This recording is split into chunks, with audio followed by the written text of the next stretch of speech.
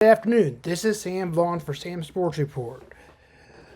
The game of the year was Texas beating Arizona State, but it came down to the wire all of a sudden. It was a 24-8 game before making it 24-16 on a 42-yard pass.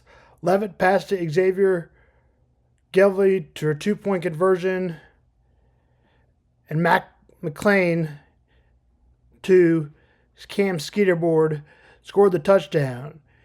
Cam Skeeterboard also scored again to tie the game at 24 and to put the game in front 31-24. Matthew Golden would tie it for Texas, and Gunnar Henhelm would win it with a 25-yard touchdown, 39-31. Game of the year, said by most players. I would challenge that with Georgia Tech. Anyways, Georgia Tech and Georgia. Scatterboard went for the 143 and 2 touchdowns. Matthew Gold had 149, 7 catches, 1 touchdown. Texas wins this game 39-31. Ohio State and Oregon. I was wrong to guess that Oregon was going to win. Touchdown to start, and that was a blowout from there. Ohio State scored a touchdown, 42-yarder, 14-0. Jaden Fields made it 17-0. Jeremiah Smith made it 24-0. Trayvon Henderson made it 31-0. Jaden Fielding made it 34-0. Trayson, they came back, but it wasn't enough. 41-21. Oregon, game was never really close. There's a quarterback, running back Jeremiah Love, wide receiver BX Collins, Notre Dame, Xavier Watts, quarterback Carson Beck, running back Nate Frazier, wide receiver Ian Smith, Jalen Walker, linebacker. Kick is at 4. Give me Georgia 30-20. Georgia. Notre Dame is favored by 1.5. They're missing their starting quarterback Carson Beck. Their starter will be Gunnar Stockton,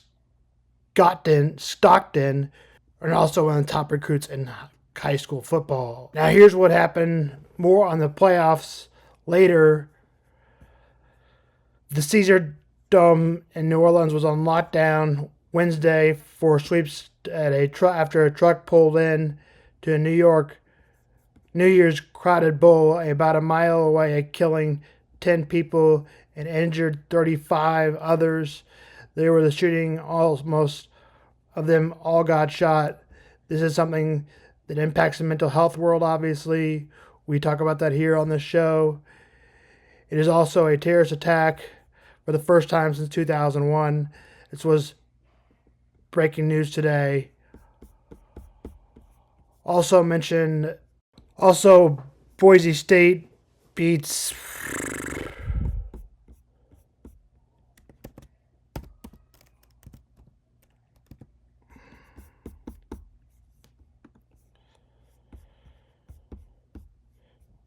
Penn State 31-14. Penn State has a comeback on them, or Penn State blows them out.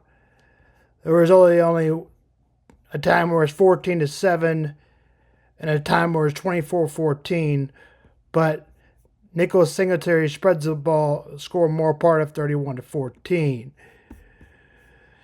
Now we're going to talk about Burnout and what it is. Or strategies for Burnout.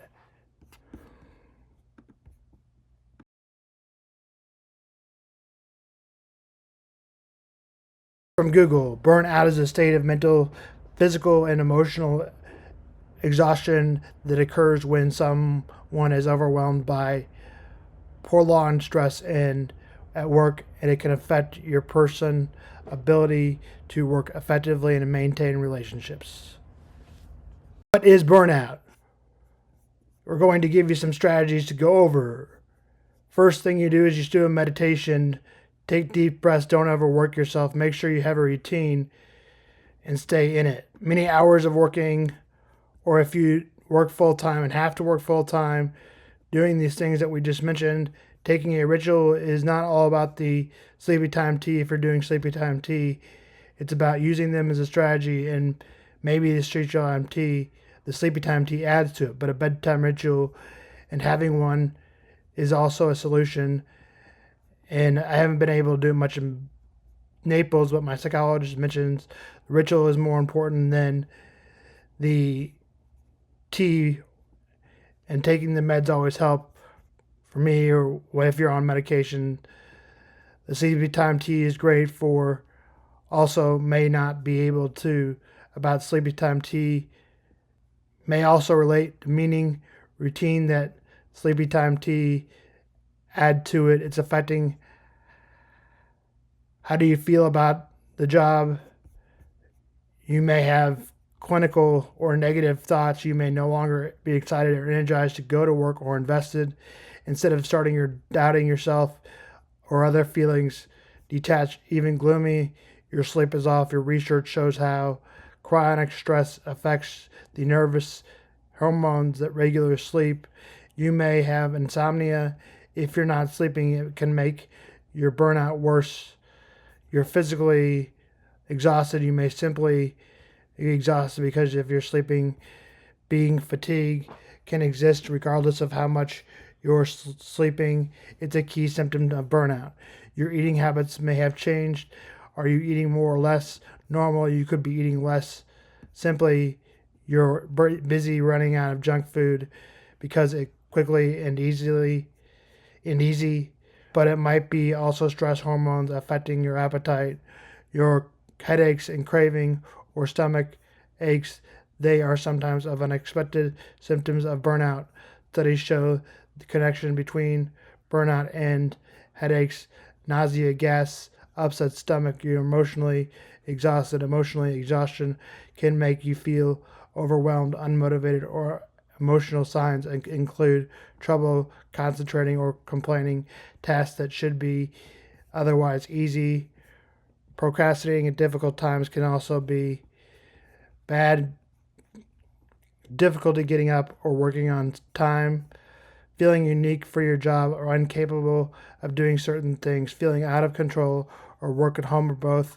Reduce the or enthusiasm even activities, and you enjoy loss of interest, social activities, self-doubt, anxiety, irritability.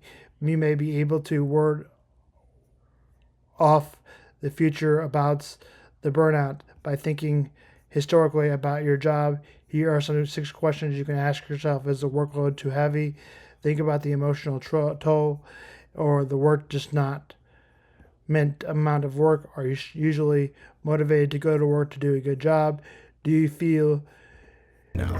I'm hardly going out. I'm not really trying to make new friends because I don't have the time. That's how important this is to me. But let me ask you, do I seem unhappy? I feel like I've just entered one of the most exhilarating and fulfilling periods of my entire life. The thing is, work-life balance is this really abstract concept that means different things for each and every one of us. Some of us were meant to be employees, okay? And there's no shame in that. The world needs those people. I'm just not one of those people. If I had a 9-to-5 job, I know for certain that I would go into a state of burnout in no time. There's a simple equation that I use to keep tabs on how I'm doing. Here's how it looks in my head. Joy minus drain equals current state of well-being. Okay, so let me break this down a little bit. Joy is the enthusiasm that I feel in my life. It's what I feel when I tell stories that matter to me and when I connect with people. This is the fuel that runs my entire life, okay? Without this, I am nothing. Like seriously, without joy, I would be depressed, aimless, and devoid of purpose. Now, joy is like a flame that you carry within you. And just like a flame, you gotta maintain it or it will go out. The things that reduce the strength of my joy are what I call drain. These are things that you hate doing, people that you hate being around, and any time that you neglect to take care of yourself. We all have to deal with things in life, but it is when drain starts to outweigh joy that you have to be really careful. This can happen silently, but if you have good habits like meditation or journaling, you can feel it coming. And that is why these are such important habits to have. Now, doing what I do fills me with immense amounts of joy. I don't care about the fact that I'm making less money than I used to. It's completely worth it.